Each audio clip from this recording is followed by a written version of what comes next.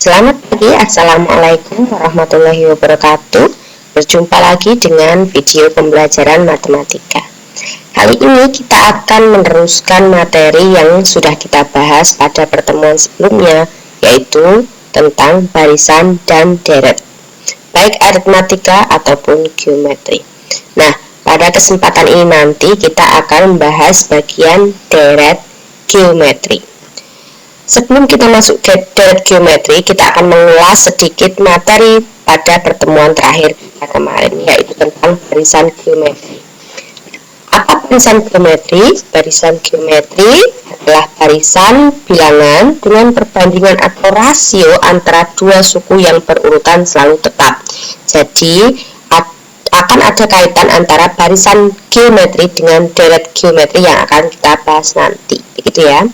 Ingat, di sini kata kuncinya adalah mempunyai rasio yang tetap. Sebagai contoh, saya mempunyai barisan di sini adalah 2, 4, 8, 16, 32 dan 64 dan seterusnya. Di sini barisannya polanya adalah dikali 2, dikali 2, dikali 2, dikali 2. Artinya, kalau kita kemarin sudah mengenal rasio atau pengali, maka di sini kita akan menemukan bahwa rasio bilangan barisan bilangan ini adalah 2. Lalu saya juga mempunyai salah satu contoh barisan geometri lagi, yaitu 18, 6, 2, 2 per 3, 2 per 9, 2 per 27, dan seterusnya. Nah, berdasarkan yang sudah kita ketahui tentang rasio, maka rasio dari barisan ini kan dibagi 3, dibagi 3, dibagi 3, maka rasionya adalah 1/3. Selain itu perlu kita ingat juga bahwa ada satu rumus untuk mencari suku ke N dari barisan geometri. Rumusnya apa? Nah, seperti ini ya. UN atau rumus suku ke N adalah A dikalikan R pangkat N-1, di mana A adalah suku pertama, sedangkan R adalah rasio yang bisa diperoleh dengan menghitung satu suku dibagi suku sebelumnya. Lalu N itu adalah bilangan asli atau dia juga menyatakan sebuah urutan seperti itu. Baiklah, kita masuk ke materi tentang deret geometri. Apa itu deret geometri? Seperti halnya pada deret aritmatika, karena deret itu adalah jumlah suku-suku penyusun barisan bilangan, dan di sini deretnya adalah deret geometri, maka deret geometri adalah jumlah suku-suku penyusun barisan geometri juga, seperti yang saya kemukakan sebelumnya tadi. Apa yang membedakan antara barisan dan deret? Sama dengan aritmatika, di sini deret itu terletak pada penulisannya yang membedakan dengan barisan. Barisan hanya di koma. Kalau deret karena dia jumlah, maka dia harus ditambahi dengan simbol penjumlahan, tambah seperti ini. Oke, saya mempunyai dua contoh di sini. Ada deret yang semakin tinggi nilainya, itu dikalikan. Ada pula deret yang semakin dibagi atau semakin kecil nilainya. Nah, deret yang semakin besar ini dinamakan deret divergen, lalu yang semakin kecil ini dinamakan deret konvergen. Nah, di deret geometri ada dua bentuk, yaitu yang pertama yaitu deret berhingga. Deret berhingga artinya kita membatasi berapa bilangan sampai berapa suku yang akan kita jumlah, misal sampai suku ke-5, ke-10, atau mungkin sampai suku ke-100 dan lain sebagainya. Itu dinamakan deret berhingga. Bagaimana untuk mencari deret berhingga? Kita mempunyai rumus jumlah N suku pertama atau Sn pada deret geometri berhingga. Nah, di sini yang membedakan, kita mempunyai dua rumus. Rumus ini dibedakan dari nilai rasionya. Saat rasionya lebih dari 1, maka kita menggunakan rumus pertama, yaitu Sn sama dengan A dikalikan R pangkat N dikurangi 1 dibagi R dikurangi 1. Seperti yang kita ketahui bahwa A itu suku pertama, R itu rasio, itu ya. Jadi saat R-nya lebih dari 1, rasionya lebih dari 1, maka rasio itu kita kurangi dengan 1. Nah, sedangkan untuk rumus yang kedua itu dipakai saat nilai rasionya kurang dari 1. Bentuknya mirip, hanya perbedaannya di sini R-nya ada di belakang. Karena R-nya lebih kecil daripada 1, maka nanti 1 dikurangi R itu. Intinya yang lebih besar itu ada di depan. Pada efeknya nanti nilainya positif. Seperti itu. Oke.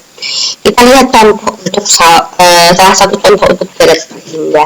Di sini satu contohnya adalah tentukan jumlah 10 suku pertama dari deret berikut ini. 3 tambah 6 tambah 12 tambah 24 tambah 48 dan seterusnya. Dari satu soal ini kita sudah mengetahui dia adalah deret geometri karena polanya adalah dikalikan gitu ya. Oke. Nah, apa yang diketahui di situ ada suku pertamanya 3. Lalu rasionya 2 diperoleh dari suku kedua dibagi suku pertama juga bisa. Lalu yang ditanyakan adalah jumlah 10 suku pertama atau S10. Nah, kalau kita lihat di sini nilai dari R atau rasio itu adalah 2. Nah, artinya 2 itu lebih dari 1. Karena dia lebih dari 1, maka kita mengambil rumus yang pertama. Oke. Kita akan menggunakan rumus Sn yang seperti ini. A dikalikan R pangkat N dikurangi 1 dibagi R kurangi 1. Tinggal kita masukkan angkanya Sn, karena kita mencari S10, maka nanti N-nya akan setara dengan 10. N-nya 3, R-nya 2, lalu N-nya 10. Nah, kita masukkan, lalu sekarang kita hitung. Mulai dari 2 pangkat 10. Silahkan dihitung sendiri-sendiri. Kita akan mendapatkan nilai 2 pangkat 10 itu adalah 1024. Jadi 3 kali 1024 dikurangi 1. Kenapa yang bawah ini hilang? Karena di sini nilainya adalah 2 dikurangi 1 yang artinya 1. Pembagian dengan 1 boleh tidak kita tulis seperti ini. Lalu kita akan mendapatkan nilai S10 itu adalah 3 dikalikan 1023 atau nilai S10 adalah 3069. Pada intinya deret berhingga kalau tampak pada soal, dia akan ada kata-kata yang membatasi jumlah 10 suku soal ini. Jadi ada pembatasan angka di sini. Begitu. Nah, lalu selanjutnya untuk deret geometri yang kedua yaitu tentang deret tak hingga. Artinya tidak ada pembatasan sampai berapa deret itu akan dijumlahkan, tapi sampai tak hingga. Nah, untuk mencari deret tak hingga, kita mempunyai rumus. Deret tak hingga lambangnya seperti ini ya, S, lalu ada S tak hingga, akan sama dengan A dibagi 1 min R. Nah, atau ini kita kenal lebih mudahnya dengan rumus air, A, I, R. A dibagi 1 min R, air. Oke, nah, deret tak hingga ini itu ada atau dipakai atau berlaku itu saat rasionya kurang dari 1. Artinya deret itu semakin menurun sehingga kita baru bisa mencari jumlah deret itu sampai tak hingga. Nah, untuk nilai R yang semakin kurang dari 1 atau deretnya semakin menurun itu kita kenal dengan deret geometri konvergen atau semakin mengecil seperti itu. Contohnya di sini saya mempunyai satu deret yang harus ditentukan jumlahnya. Di sini tidak ada pembatasannya, artinya dia jumlah sampai tak hingga. Mulai dari 60 ditambah 20 ditambah 20 per 3 dan seterusnya. Kalau kita cermati, kita akan mendapatkan bahwa di sini pertamanya 60. Lalu karena ini kan dibagi 3,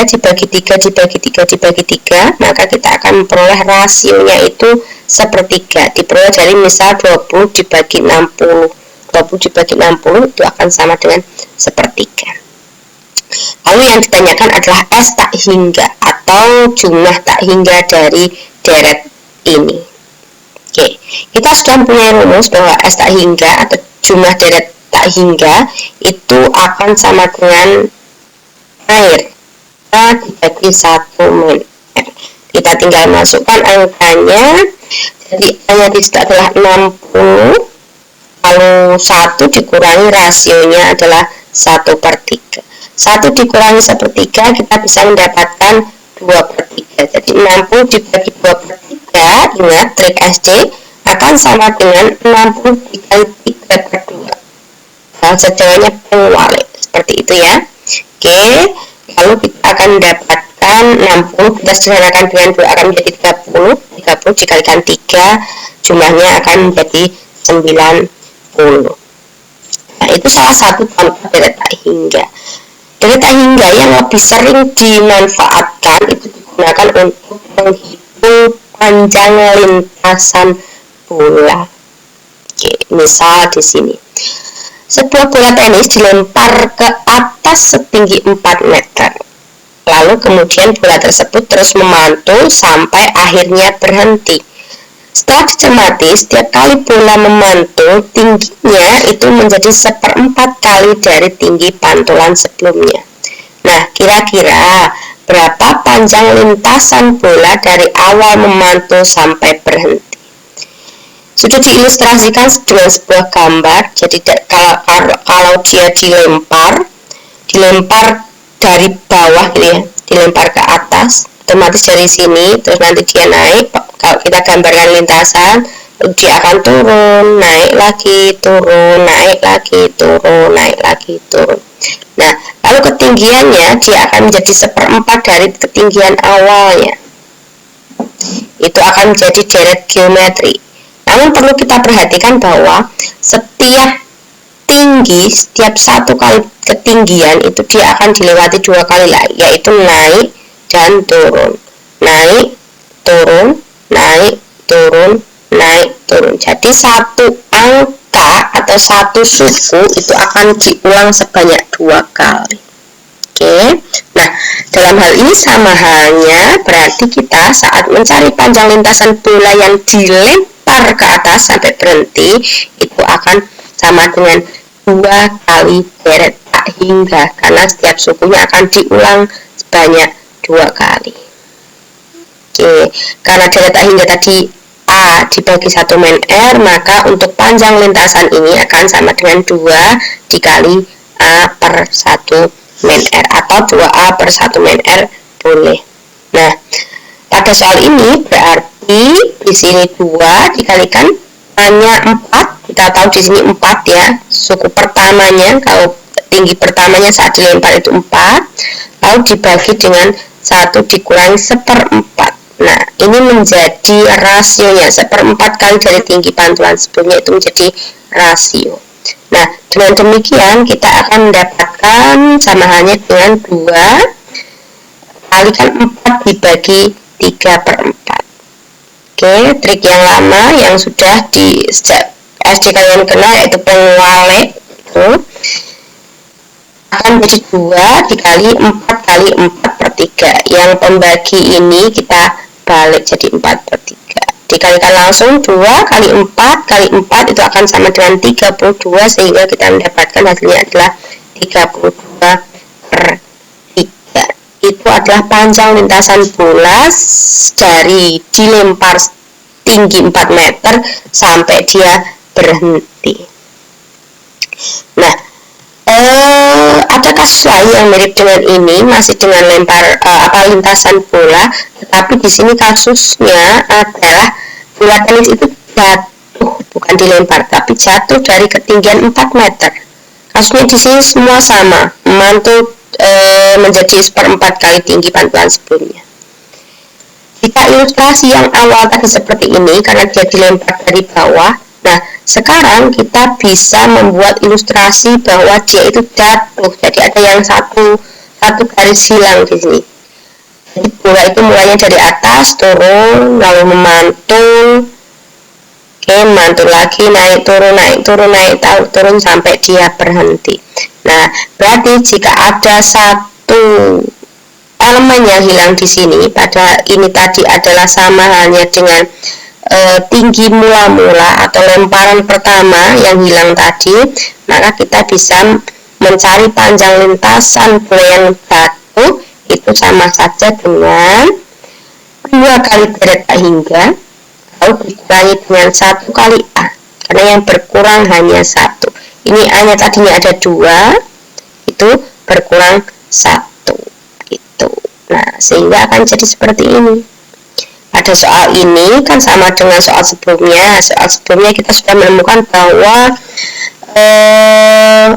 panjang lintasan saat bola dilempar ke atas itu 32/3 soal sebelumnya.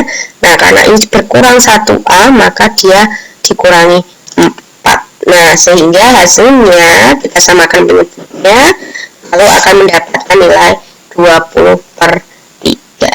Tentu saja akan berbeda dengan panjang lintasan bola yang dilempar dari bawah, akan lebih pendek yang bola jatuh dari atas. Oke, begitu kira-kira masalah-masalah yang berkaitan dengan deret geometri, baik deret geometri per hingga ataupun deret geometri tak hingga. Baiklah, kita jumpa pada sesi selanjutnya dengan materi yang lain. Saya akhiri untuk kali ini. Terima kasih. Wassalamualaikum warahmatullahi wabarakatuh.